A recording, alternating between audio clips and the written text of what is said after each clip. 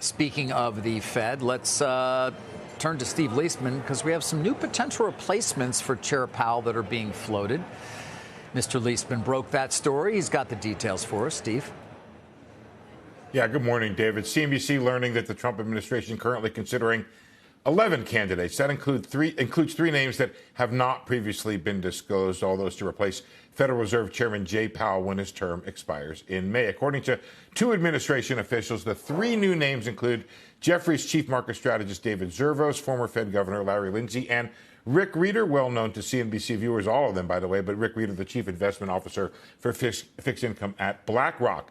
They now join a list of 8 other candidates that CNBC has confirmed are under consideration, including several current and former Fed officials, along with NEC Director Kevin Hassett and former Fed Governor Kevin Warsh. The officials described a, quote, deliberative process now taking place where Treasury Secretary Scott Bessent will interview all the candidates, winnow down the list, and pass it on to the finalists to the president for his decision. The size of the list and the process described suggest a decision is not imminent, but the officials would not offer a timetable.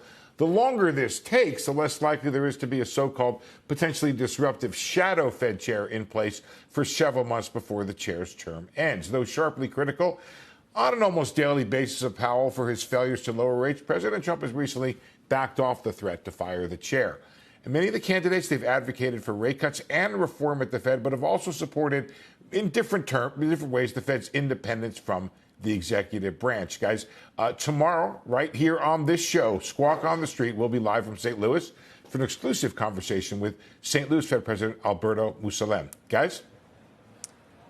Steve, just want to go through all the openings and the options that the president is going to have with the Fed, right? Because so he's just appointed Stephen Myron to finish out the Kugler term, but then theoretically, if he doesn't reappoint him, that's an opening as governor, right? And then there's the Fed chair position next May, but Powell may stay on as governor. So can you just talk about how many options he has here with all of these nominees and ideas?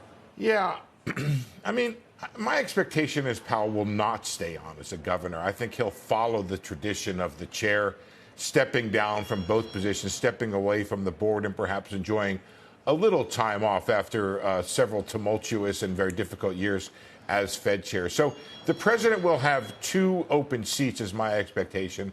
I also understand that the more permanent replacement for the Kugler position being occupied by Myron will follow the decision on the Fed chair. So that will come later. And so at the end of the day, the Fed chair will have, depending upon if there are other people who resign, 4 of the 7 board seats. So he'll have a good majority there. And whether or not those board seats are followed by or supported by in their rate decisions by the presidents, they could be more dovish than otherwise expected. But what's interesting, Sarah, look at the trade in the market. The 2-year obviously has been dovish in terms of the outlook for the Fed.